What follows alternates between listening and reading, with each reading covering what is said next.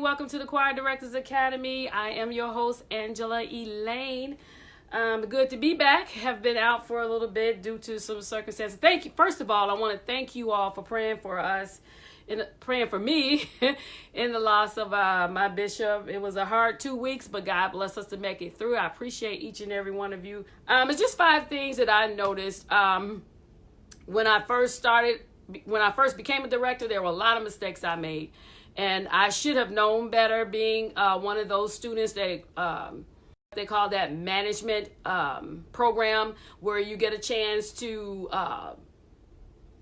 work in different areas and learn different management styles. So when I became a director, I should have known better.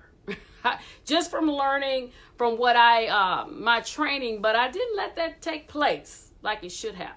And when I look back on it now, there were some mistakes that I could have avoided. Hey, Joe, avoided, and would have made my transition into the role much easier. And that's what I'm going to talk about tonight. Just 5 simple things. And like I said, if you have some things that you learned as well, feel free to type it in there, and then we'll share with the audience. Number 1, when I stepped into the role as a choir director, I had the opportunity to be around a lot of great ones. People who were versed. And you know what we do is we tend to try to be just like the people that we see. Dr. Maddie Miles Clark. I had my mother, who was one of those that went to college on a scholarship. She was Glee Club singer, travel all around. She was one. And then there was Mother Lavonia Whitley. There was, Benny Cummings. There was so many different directors that you see them and you see them with that passion and with that directiveness. And you want to do the same thing. You feel that is the way that I'm supposed to do or be, not realizing that there was a series of things that they had to go through to get to that point. And that's the part that we miss. Hey, Deatrice, that's the part that we miss. So first of all, when you become a choir director and they have said that you have demonstrated the necessary tools or whatever to become one, the first thing that I would do is I would seek God, pray, go straight to God and pray to him. Because a lot of times, like I said, you can try to implement somebody else's style or somebody else's ways and how they conduct the choir. That may not be what God has for you. Somebody else is like me. Most of the people that I watch were recording choir directors. Their choirs went on to record on CDs. Whereas with me, I could have tried to go that route, but with me, God birthed competition directing with me, which is a little more stringent than it is recording, because I think with the mindset, when you do a recording, you thinking, well, I can go in the studio and fix it. Whereas when it's competition, like you see with America's Got Talent or Britain's Got Talent or whatever the talent shows are, you only got one chance to do whatever you doing. And if you mess that up, you're done. Okay, so that's the route that God took me. So make sure, I would say the first thing you would do is seek God and find out exactly which way he wants you to go with the choir that he has you. Is he, are you going to be recording, competition, or, whatever he wants you to do. He could just have you to have one choir in-house and then the other one you travel with. I don't know. But it's best to seek him. Find out exactly what style he wants you to use when you're teaching the people that you're with. I've been told that I'm very firm, very, not militant, but I believe in order. And coming from that background with the military and being in competitions, it has to be organized. You need order. But at the same time, what I didn't understand, I always thought if I had to have order, I had to be, but no, I'm not like that at all. I believe in order, and I think my state choir can attest to this. I believe in order. We get things done. I don't believe in long rehearsals. I don't believe in wasting time. If it's not right, I'm going to stop it, and it's, the good part about it is that I'm a musician as well as a director. So when the musicians needed help, I can run it in real quick, straighten them out, run back to the choir. I believe in preparing the people before I get there. That was my style. Because a lot of times, if you think about it, most of the time when you went to choir rehearsal, they didn't give you the music before you went to rehearsal. When you came there, you just sat there and then they dumped it on you, 5 or 6 songs, they dumped on you. And then you sitting there like, I got to know this by Sunday, really? But with me, And that's how my mother was when she taught. But then with me, I believe in preparing the people, giving them the information, whatever you study. So when we come to rehearsal, instead of me spending 15, 20 minutes trying to get you with the words, I can spend that time perfecting what you've heard. I always start with the record, learn exactly the way it is on the record, and then they know that I will amend it as it go on. So ask God to help you to develop your own style, because you have to understand, when you coming in behind somebody that brought the choir up to a certain level, it's almost like you're fighting with a stigma, because they are accustomed to that person. And so God has to give you something. You're the new leader, just like Moses and Joshua. Moses was a particular type of leader. He was very passionate, very concerned, he tolerated a lot of different things. Okay. But then when Joshua came behind him, Joshua was just as much of a powerful leader as Moses. He wasn't the founder, but he was a leader. But nonetheless, God gave him his own way of dealing with the children of Israel. You understand what I'm saying? So he had just as much of an impact on them as Moses did, but he did it a different way. So that's why I'm saying, seek God to find out exactly how he wants you to interact with that choir. It doesn't mean a sign of weakness or anything, but it just helps you to understand. You need to understand yourself, because you can get frustrated and they won't even see the greatness in you for, seeing your frustration, because you're trying to do something in your own way. Don't do it in your own strength. That's the mistake I made. Don't do it in your own strength, because then you kind of open Pandora's box.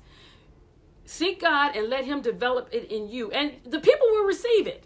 It may be a little different when you start out, and they may, you're going to get the little blah, whatever. But after a while, when they start seeing that you're confident and you're consistent and persistent in what you're doing, and you're good at what you do, you have that passion, that's what they will catch on to, and you'll be surprised what they're turning into. That's number one. Seek God for his guidance. Number two, make sure you confer with your leader. Make sure that you on the same page. There's this thing going on, and I watched a seminar this morning. Who is it? The Pilgrim Assemblies. They're having their convocation, and they had a segment with the musicians, and they were talking about how there is a strife, if you will. I don't like that word, but strife, if you will, between the musicians and the pastors, and it shouldn't be there. I mean, and the only reason that strife comes up is sometimes we as ministers of music or musicians, they were directing it towards the music department, but sometimes we think that we are greater than who we are. You understand? We can develop that syndrome very easily, because being over the music is a very powerful position. Because next to the pastor and the first lady, when you go out in the public, they see the choir director. When they call for the choir, that's who you look for. You don't look for the musicians. You don't look for anybody else but the choir director. And they stand up there, they do their job, and then they sit down, and everybody pats the choir director on the back. Oh my God, oh my God, oh my God, oh my God. And then, you can easily swell. Come on now. You can easily swell with pride, because, okay, yeah, I'm the great one. I'm the one that taught them. I'm the one, that's, and that's one of the things you don't want to have. All right. It's so easy to do that. So what you want to do is make sure that you on the same page as your leader. Sit down and talk to them. Realize that they are the leader and you are the sub leader. Your job is to help promote that ministry. Really, seriously. Hey, Stephanie, Marilyn Hatcher. Honestly, that's your job, to support the ministry through the area of music. You got Sunday school, you got YP, you got whatever the other ones are. I can't think of it right now, but music is an integral part. You think about it, the music carries, I don't care, even in Sunday school, they start the little Sunday school, I can't stand that song, but anyway, they do it. You're singing. And if you got choir members in the audience, I expect when our choir, when we sing in Sunday school and we start out, I expect them to be in harmony. I don't expect to hear in unison. You know how to tune up, get where you're supposed to be. Okay, but we're not in competition with the pastor. Understand that pastor is the leader, and you are a sub leader, and it's your job to support that ministry. So there shouldn't be any strife or fighting or dissension. I do understand with the salary issue and whatever. That's why I'm saying you should sit down with that pastor and have an understanding of what your role is and what he is expecting. with that music department? Is he expecting a, mediocre one? I mean, make sure that what you're planning and what your leader is seeing is the same thing. If you take a job as a minister of music and you don't confer with them and you just jump in there and start running, you're gonna have strife, because that's not what, you know what I'm saying? I mean, think about it. Any leader, and it depends on the leader, it's all kinds of variables in this, but generally, most people want a great music department, bar none. I don't care what church it is. I don't care if the church only got 20 members. If they got a praise team, they want the best that they can get based upon whatever they can afford, or if it happens to be their child, they're working. Okay, and I hate to see a lot of different dissensions and things, and that's why I always encourage you to sit down and have that meeting. You want to make sure. I can't stress that enough, because I get so tired of that fighting. And, and that breeds another spirit in the church. And then, when people come in, people don't realize, if you and the pastor are not gelling, then there's strife in the music. You can, honestly, I can sit there and I don't care how good the choir sounds. It could be community. It could be a show choir. It could be a competition choir. I can sit there and just feel the tension in the music. And the tension is not because they ended that chord on a 7 or a 4. It's because that the spirits are not working together. All right. So make sure you sit. That's number 2. Make sure you sit down, have a conversation with your leader, and make sure, and remember your place. All right. People, you'd be surprised how much influence you have when you have an humble spirit. You don't want to have a haughty spirit being a music director. You don't want to do that. You don't want to have a haughty spirit and think, well, I'm here, and if it wasn't for me, you wouldn't have this. Look, everybody is expendable, okay? Let's just keep it real. Hatcher is right. Fighting creates a heavy spirit on Sunday. Absolutely. Everyone is replaceable. God can find somebody else. Never think that because you're so gifted and you whatever, that you can't be replaced. Yes, you can. God got somebody. Ask Elijah. He thought I was the only one, and oh my God. And God was like, hold on. I got 7,000 folks that have not bent the knee to Baal, so don't be confused. But anyway, since you brought that up, go get Elisha. He gonna be prophet in your room, okay? So don't ever get that, I can't be replaced. Yes, you can be. That's number 2. Number 3, I'll be observant of the entire department. Observe. You need to spend the first, I would say, the first 3-4 months just observing everything. You know what I'm saying? Don't come in there, well, we gonna do blah, blah, blah. No, you need to sit back and just observe what's going on. You need to know who can really direct, who got the skill to help you. You need to know all the directors, what their skill sets, what they're able to do. You need to notice the musicians. You need to know, because a lot of people, you just can't stick a musician on something just because they're a musician. Even within the musician ranks, they have different skill sets. Some of them can play very well on a fast song, but their strength, they can do okay. Good. I mean, they can do okay on the slow, but their strength is the fast. Or, certain beats they can't. You need to watch so you know where to place everybody. Okay, because you have a different ear. I have a different ear from the predecessor that I have. When I hear musicians, I point out, I say, okay, I want you to do this song because I heard you play, and that song you play that very strong. You know exactly where I'm going, but then I want you to do this song. I had to sit, when I took over as state minister of music, they were used to somebody else for 23 years. So you know what that mindset is like. So when I took over, I didn't come in there trying to, I could have done what I wanted to do, but I was smart enough this time around to sit back and just observe who's who. Who can direct, who can sing, who can do both, and who is the best musician for this. and who works well with what, because sometimes I have to match the director up with the musicians, because sometimes it's just a lot of different things I had to notice. And I just sat back, and for the first 2 or 3 months before I did anything, I just sat back and just let everybody, because everybody want to impress, okay, go ahead. I let you did what you thought you were able to do before I made a decision and said, okay, I want you to be a coordinator. I want you to be number one. I want you to be, you need to sit back and observe. You'll be surprised what you see in people's spirits. Sometimes we get caught up in a person's talent that we don't see their spirit. And sometimes a person that may not be as talented in, whatever it is, but they got a great spirit.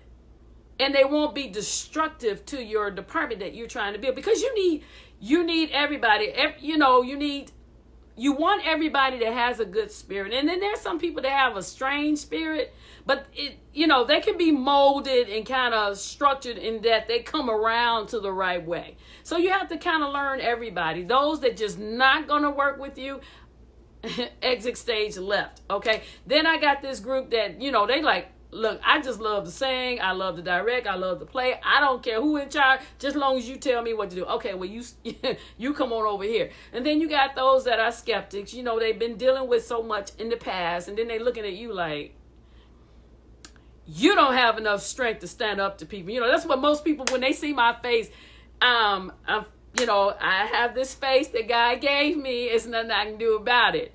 And they tend to think because, I wear the designer fashion and I walk around with, all the purses and whatever, that she's not, she don't know what's going on. You have no idea. I'm sitting there, that's a decoy. I'm like, and if you fall for it, that's on you. But I observe everything. And I'm sitting there and I look like I don't see you, but I hear everything and I see everything. You have to be that type of person when you're in leadership. Because what you'll do is you'll select the wrong person over and put them over something, and it destroy what you're trying to build. Your goal is to build up a department that can be fully functional without, even if I take a day off, my God, you can still go and function and do whatever you need to do. That's what you're trying to do. As a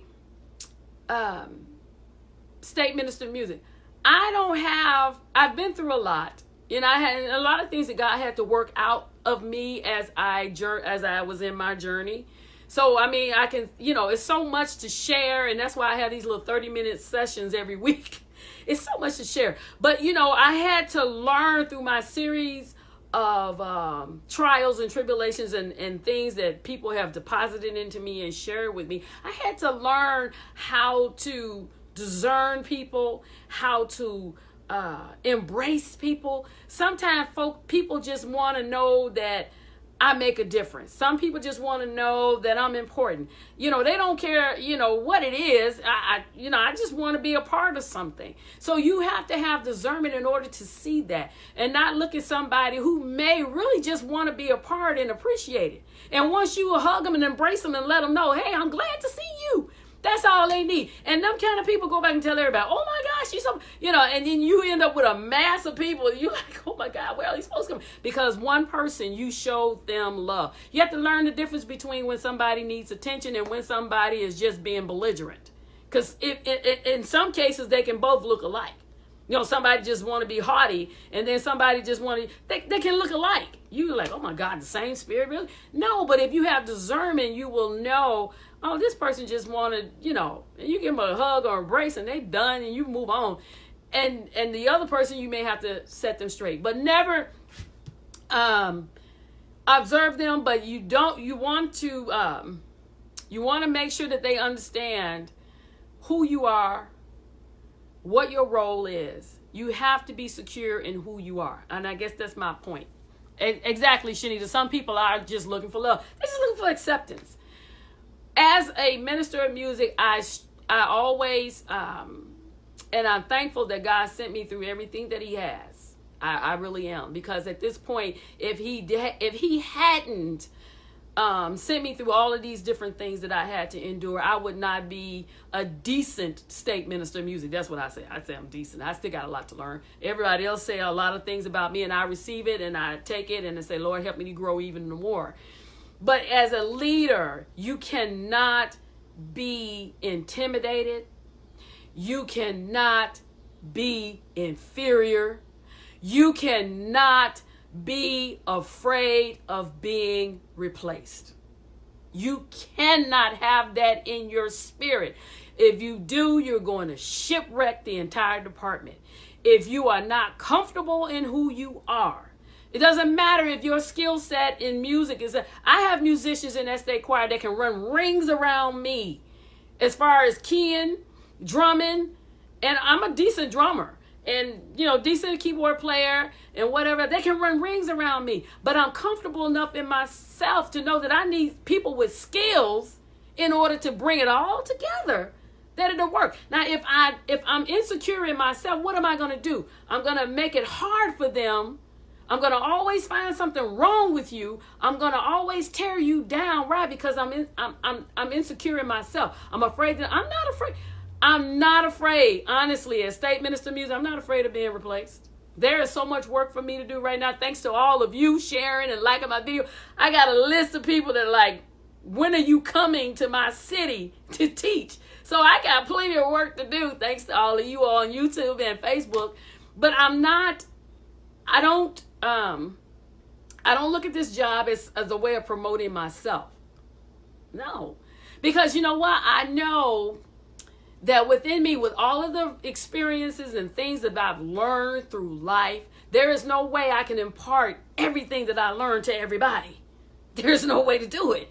So when I'm talking to them, I may be sharing, like I'm sharing with you, half the stuff I probably don't even really think about it or remember everything that I learned. So I'm not intimidated by sharing information. I'm not intimidated whether you can play better than me or you can direct better than me or, you can teach parts. I'm good at what I do because God made me that way.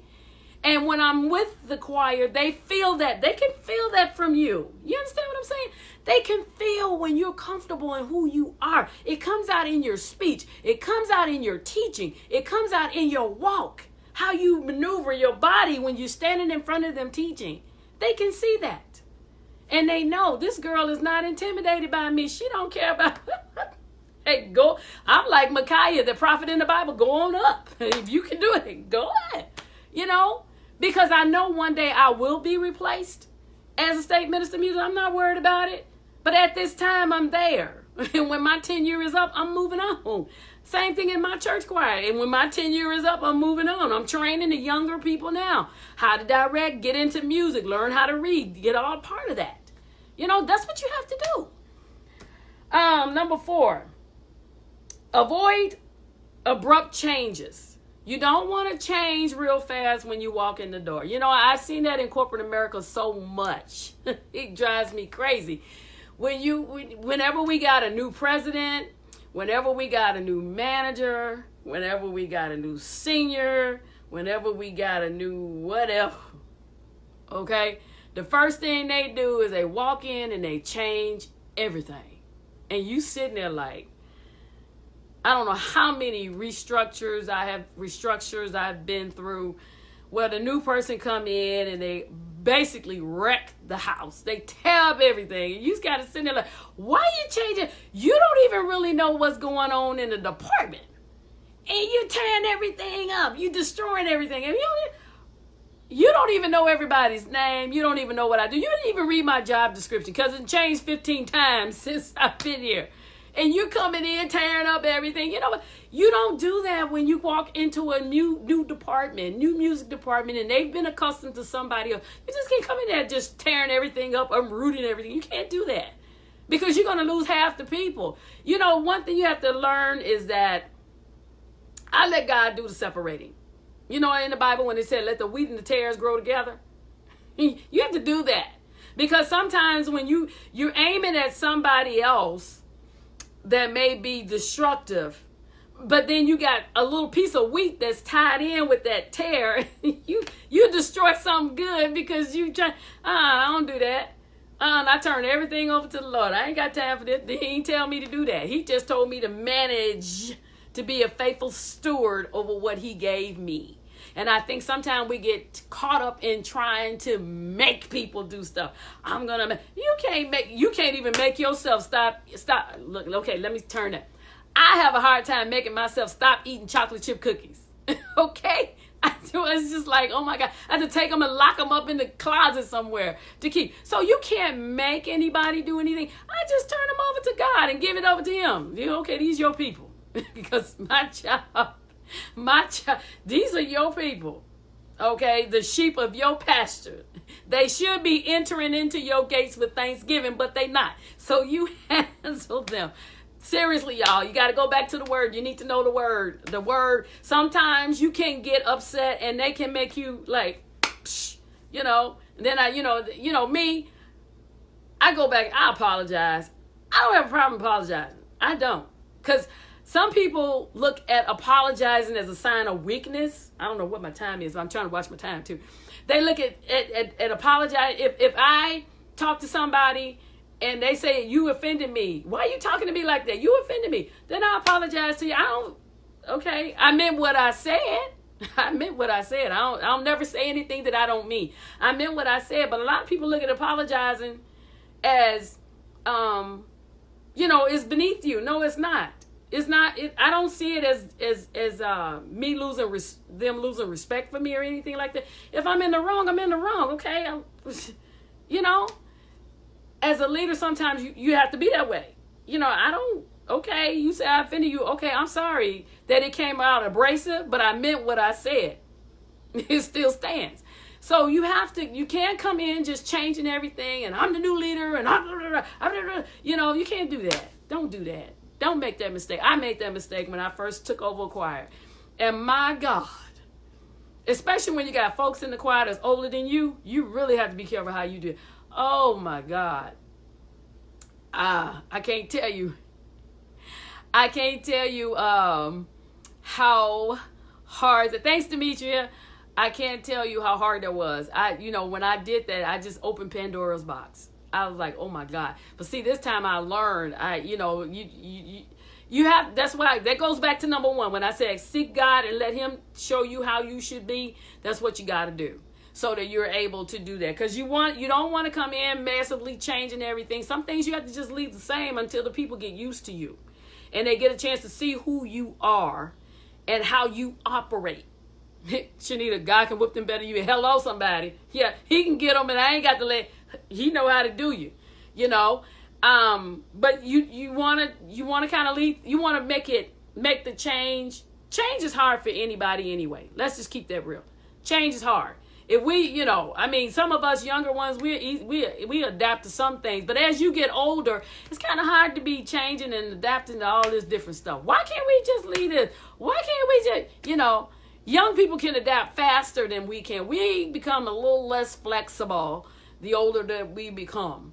So when you're dealing with a crowd, it depends on who you're dealing with. If you're dealing with young people, they can adjust very quickly. If you're dealing with middle-aged people, it depends on how they are. If they're, I always say with any age, you got the old side of 55. I'm not 55. I'm just throwing out the number 55. You got the old side of 55. You got the average side of 55. And then you got the youthful side of 55. Now, that depends on who's in that group. If you got a bunch of youthful 55-year-old people, then you probably can change some stuff around because they like, hey, they want to stay. If you got the average, it depends on what you're talking about changing. They'll kind of work with you a little bit. But if you got them that's like the old side of 55, they not changing. So, you have to kind of adapt to that and see and just observe and see what you're working with. If you got a big enough group where you can split them off, make some, you know what? You are so graceful and so, you're such a strong foundation. I'm going to make you inspirational. And where I leave this side on the adult side, the adult choir side, because they're a little more flexible and can kind of go along with what's going on. I hope you all kind of feel what I'm saying. And that was number 4. And my last one, you must, I don't know, we all like the perfect world. We like for things to go smoothly. We like for everyone to, Denise said them older ones not having it. Exactly. Demetrius says we all have our areas that we are set in our ways, be it in church or out of it. Exactly. And that's what I'm saying. It depends on the approach and how you do things. On my last one, I'm saying prepare to deal with confrontation and disgruntled workers or disgruntled choir members. We all have them. I don't care what church you go to. You got some choir members, they're going to complain. I don't care what you do. And, we like to think of everything as being in the perfect world. That everybody, when you walk in, you're going to slide in on a cloud. And everybody's going to be so happy to see you. And everybody's going to be so excited with what you're bringing to the table. And, whatever. I hate to burst your bubble, but it's not necessarily true. You know what? And you can be the preferred person. But that still means that people still going to sit there and be like, you say something, well, see, and you got to deal with that, what I call the Absalonic spirit. Well, if I was in charge, I would do this. Well, if I was in charge, I would do it that. Well, and then I'm sitting there like, guess what? That's why you're not in charge. You have to learn how to follow before you can lead. And that's a concept that a lot of people don't get. They think, well, blah, blah, blah, blah. No, you have to learn how to follow before you can lead. Because if being, and I'm going to go back to my point, but following requires a certain amount of humility. And a lot of us in the choir, we have had to follow somebody that was not maybe the perfect person to deal with. So you had to learn. I've always, I am the kind of leader that I am because most of the people that I was under, with the exception of my mother, but most of the people that I was under was very, very abrasive, very, very, they had a lot of issues inside, and I was always like the brunt. Me and a few other people were always like the brunt of what, you take all your frustration, what? And you know what? That still, if you're not careful, it will affect your interaction with other people. Even though that person may have aggravated you and they may have done wrong, but if you're not careful, you will end up like, stepping out, stepping on, like getting at them. And, and you have to be careful with that. Demetrius says everybody's excited until you have to handle issues. Exactly. They are, as long as you correcting everybody else, we're fine. But then when you come over my way, then there's a fight. There is, that's not your job. But you have to be prepared to deal with conflicts and disgruntled people. When I took over my role in this job, and I'm referring this, only reason I'm referring to this is because it's the latest job. Now I can go back to all of the other jobs I had as a choir director and update you, but this one is the latest one. This was the last one I've had within the last 7 months. You have to be prepared. I allowed everybody to voice their opinion. What okay, you didn't like this, you didn't like that. I just, and I've grown to the point that you can't let what everybody say take it and run. There's their side, there's a right side, a wrong side, and then there's God's side. Everybody has their side. It's their side, and then the right side. Okay. So, but I'm a fair person. I don't take one person's word and run off with it, and then I mistreat all these other people based on what. No, I don't do that, because I understand the psychology of people, and that sometimes personalities just don't mesh. So before I take it and run off, I make sure I hear this person's side, then I hear your side, and then I come down the middle. You understand what I'm saying? So you got to be fair. One thing I've always reiterate with people, nobody can fight you when you're fair. They may not like you, but if you fair and okay, I get it, even though you may be my sister, my cousin, whatever, but I got to hear the other person's side. And that's one thing everybody knows about me. I'm always going to hear the other side. I'm not taking your word and running off with it. No, okay, that's what you saw. And then okay, and that's what you saw. And you know what I do? I bring both stories together, line them up, and then I come right down the middle. And they can't be mad at me because you can't say no, I came right down the middle. I like both of you. Even though one may be a little more difficult than the other, but I still like both of you. So, I need both of you on this team, and both of you need to get it right so that we can move forward. Demetrius says, being an effective leader comes from being a dedicated follower, regardless of personalities. Exactly. You have, and a lot of people, when they can't follow directions, then I can't use you as a leader. I can't put you over a group of people because you're going to destroy them. Because when I give it, I have a heart to give people a chance. I don't hog all of the attention for myself. I don't do that. I don't, I could, as the leader, I can do all the directing. I can do all of this. I can do all of that. But what's the point? They gave me the role because I've already demonstrated what I can do. You have to kind of think in that mindset. I've already demonstrated what I can do. So that's not the issue. The issue is, am I going to give everybody else a chance to grow?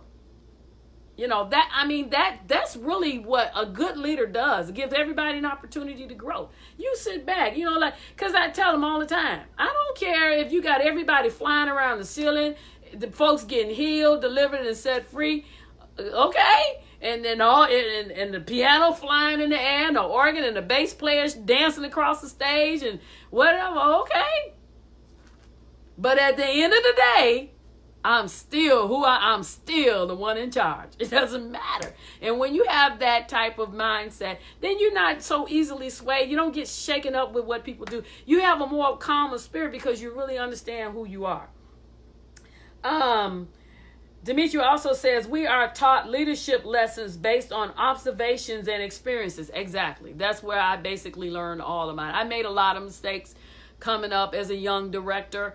I was gifted in teaching. I started at 9 years old officially. Was when I came on the scene. And at that time, I was considered a prodigy. I'm 9 years old. I'm playing instruments. I'm teaching parts. And I'm directing at 9 years old. That was like almost unheard of. So I was, I kind of had that vibe going and everybody doing like this, praising you. Oh my God. So you kind of had that going on. So I had made a lot of mistakes, which is part of the reason why I got this academy going, trying to help everybody get past what I did and grow past what I did quickly. If you can jump over that pothole, jump over it. I don't mind. I'm glad to see that somebody's doing better than what I did. Didn't make the same mistakes. Okay. But those are the 5 things that I had. Seek God's direction for you. Number 2, confer with your leader. Please get on the same page with your leader. Don't have these conflicts and all of this kind of stuff going on when you're in the circle. Because it comes out in your music. It comes out in your speech. It comes out in your body language that something is wrong. And we don't need that. We got enough dealing with outside in this world. We got enough going on, especially in the U.S. of A. We got enough going on. So we don't need to come into the house of God and we are experiencing warfare in there. You know what I'm saying? That needs to be dissipated. That shouldn't even be in the house of God. But, if it creeps up in there, we have to be at a certain spiritual level where we can dispel it. We can see it we have to be mature enough where we can see it, and get on that instrument like David did, get the right song and run that out of there. We don't need that, okay? Number 3, observe. Get a global view of your department before you start doing anything.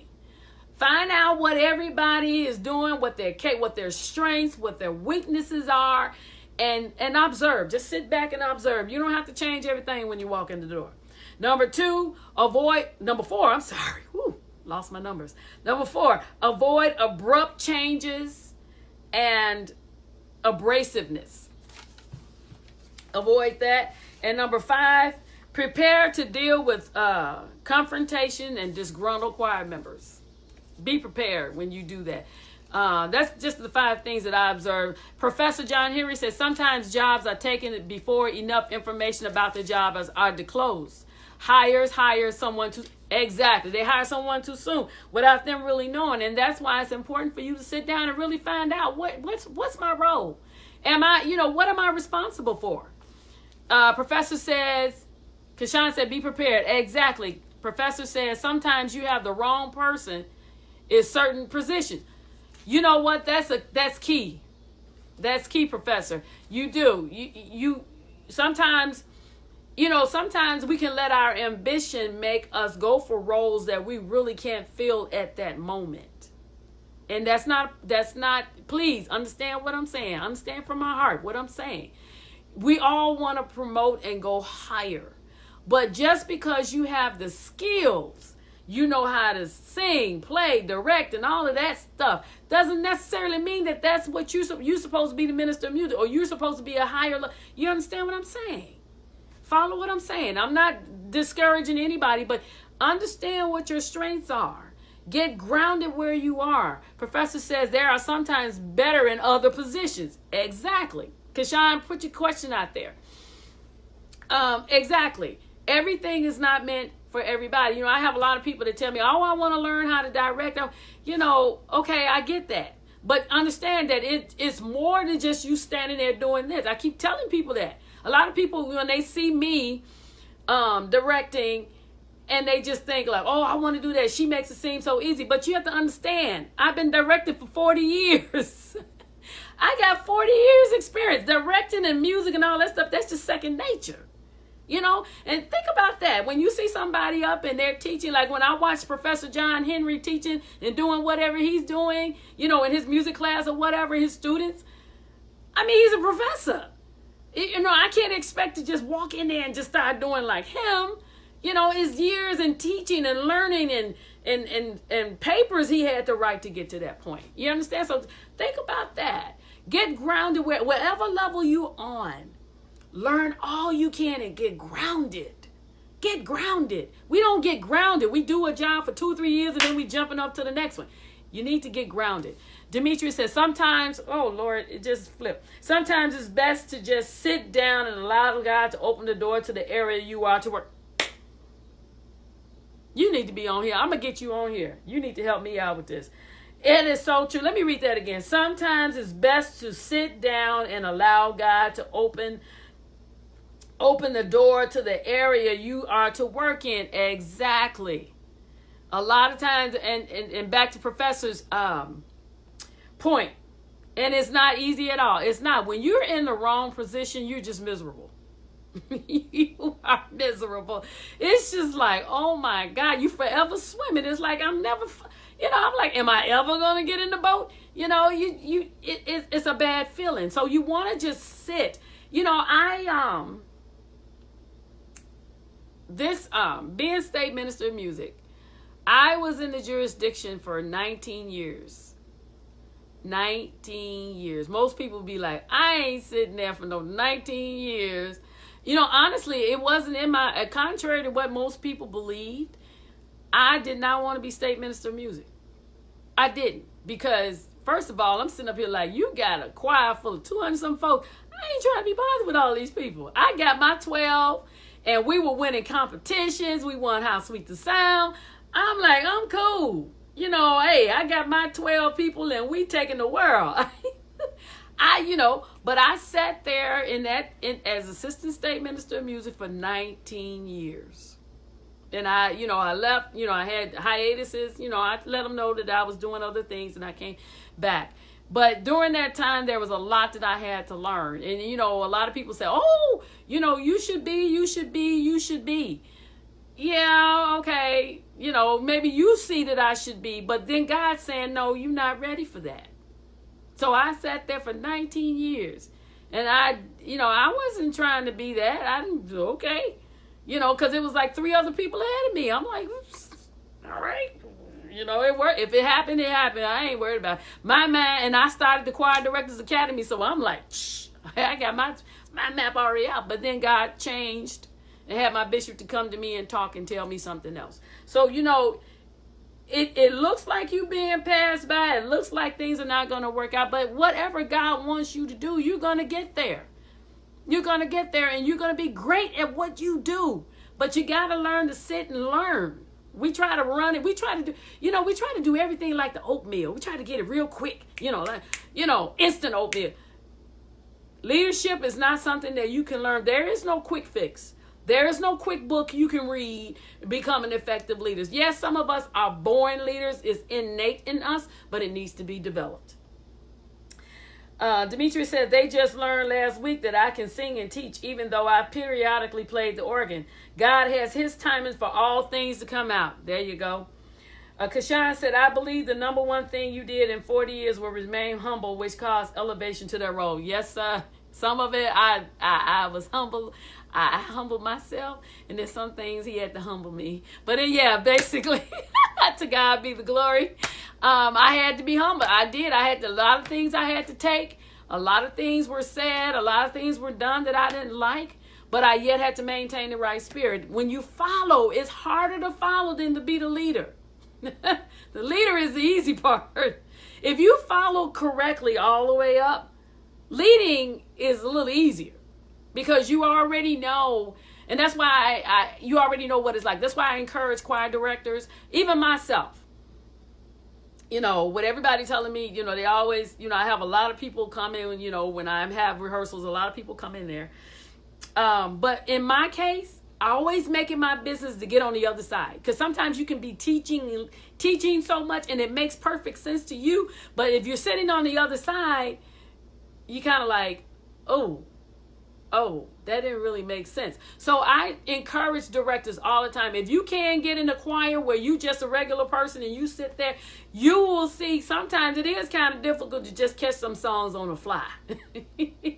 You kind of sit there, you know, because, you know, when you're teaching, let's tell the truth, shame the devil. When you're teaching, you kind of sit there like, this song is so easy. How come you can't get this part? This is what you're saying on the inside. I can't believe this. This song is so easy and they can't get this part.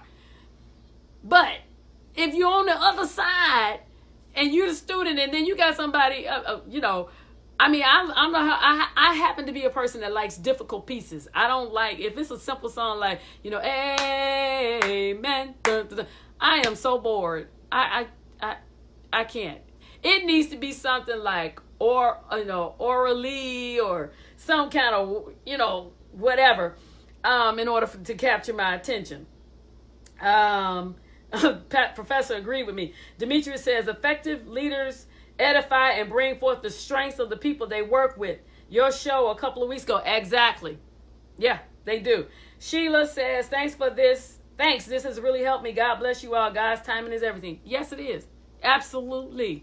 Absolutely. God's timing is everything. And you know, I mean, it's you know, it's so much you learn. If you look at it the right way when you're following somebody, it's so much to learn and grab and grow and develop before you become, see, because when you're a leader, you want to be effective. You don't want to just stand there and folks, you know, like my mom used to always tell me, you don't want to make people glad twice. Glad to see you get up and glad to see you down. Sit down. And I'm going to cut this show off because I don't want you all to be glad to see me come and then glad for me to cut off. But she always told me that. Don't, you know, learn how to be, you know. Be effective in what you're doing. And that's what I try to convey to everybody that I interact with, even in corporate America, in music, wherever I am. I try to convey the message. When I tell people, when I give information, I'm not giving it from a superior point of view. I'm not saying that I'm the only one that knows how to do anything. I'm the only one that knows how to direct. I'm the only one that knows. No, that is not how I am. I realize that all of us, it's a kaleidoscope of things. When you turn it so many different ways to view, it's so many different ways to do it. Okay? I'm just one person that's like, you know, I hear talking. That's all. You know, there's so many other people. And that's why I invite people to come in and talk and share. Because I don't claim to know it all. But I'm one of those people that learn something every day. Something new every day. Gotta learn something new. Keep that brain active. Now, I am going to end this show right now because I have so many multiplicity of things to do, and I'm sure you do as well. But I do appreciate all of you joining with me on tonight. I hope I said something to help you. As the seniors, you say, I hope I help you today. I said something that you enjoy. And it's just that I want everybody to step over all of the mistakes that I made. As many as I can share with you to help you get past that hump and help you get further down the road. You know, and, you know, I don't lose anything for that. Somebody did that for me. Somebody did that for me. Shanita, that's my cousin, y'all. She just got a... She messing with me. Kashan says, what do you do when you have musicians who are a part of your music staff who are more interested in pay than growing? Thank you, Beatrice. Thank you so much. More interested in pay than growing. Well, that is a problem, and that's part of the conflict that we always have. Hey, Lady Andrea. That's part of the conflict that we have. You would need, I would think, Professor, I was trying to say it nicely. Professor John Henry said, tell them to go somewhere else. I was trying to be nice. But basically, that's about what you're going to have to do. If the money is not right, I can't use you. You know what I'm saying? You have to understand. And now the world, society, they're different. That's what, you know what? Because a lot of the big artists now, they come to certain cities and they grab the best. They offered them the best money. But it used to be a time when we played for the church. We played because we enjoyed it. It was an opportunity. And now this is my personal opinion. I think that the church has been badmouthed so much. And a lot of times people fan these arguments and these different things. And you know what? If you at a small, but you have to be considerate of where you're playing. If you're playing at a small church with 50-some people, you're not going to get $300 every Sunday. I mean, you have to go where they're willing to pay what you are. Professor said there are places where the money is comparable, but you can't afford. You can't. Because first of all, there are some musicians that I know right now, extremely good at what they do. One in particular, he is extreme. I mean, this guy can play. I don't care what hymn, I don't care what song you come up with. He can play it. He's going to find you. Okay? But at the same time, now he may be getting $700 or $750 a Sunday, but your skill set got to be up with the money. You can't walk in there talking about you want $300 a Sunday and you can't play a hymn. You can't, So, a lot of them want money because all they can play is these latest runs and riffs and licks and all of this kind of stuff. But they can't play the hymns. You're not getting the money. I'm sorry. You're not getting it out of me. So they have to go somewhere else where they're going to get paid. They probably need to go to some, yeah, you're right, Demetri. They need to go to some gig someplace outside of the church if you strictly for money. Because if you're going to start demanding like that kind of money, you got to be good. You got to produce, and bumps. Exactly. That's what they're doing. They're playing all this stuff. That's music and that's good. But you need to be connected to hymns. You need to be connected to choir songs. You need to be connected to praise and worship with CCM, whichever terminology you want to go. If you want the dollars, you might need to go somewhere else. Because if you have a church, if it's an average size church may have 50 members or maybe 100, they can't afford to pay you what the mega churches pay. And you're going to have a hard time getting into the mega churches because, first of all, they're going to want to know, do you have a degree? What do you know? There's all that kind of stuff going on in there. And sometimes we get caught up and we let people fan the flames and we get all caught up in what people tell us and we're not facing reality. You know what I'm saying? I do say the musicians should be compensated. What that amount is, that need to be agreed upon with the pastor and what the church can afford to do. Okay? My father actually got out pretty good because I'm his child. But he does bless me at times, but I'm his child. So, he can kind of get away. He don't have to pay. If somebody else, if I was somebody else, he probably would have to pay a little bit more. Okay? Demetrius said hymns is the foundation along with old school gospel. Most of this new stuff sounds the same and it's studio produced. Exactly. I remember back in the day, and I'm really going to cut this off. I keep saying that, but I'm going to cut this off. But I remember back in the day, there used to be a distinctive sound when anybody played music. You could tell, you could just listen to it and know who it is. Today, they all sound the same. Everybody's doing the same riff, the same run. You're just like, where's the ingenuity here? What happened to your chord? Show me something that you know. Let me hear. That's what intrigues me because that's the area that I like to hear creativity. Okay, it's good you got the bump. Okay, but he just played the bump, so come up with something else. Show me what you do, what you can do. I don't hear any bad news coming up. Appreciate everybody. Love y'all to the max. Keep me in your prayers as I go through this extended transition. I love y'all. Thank you. Peace.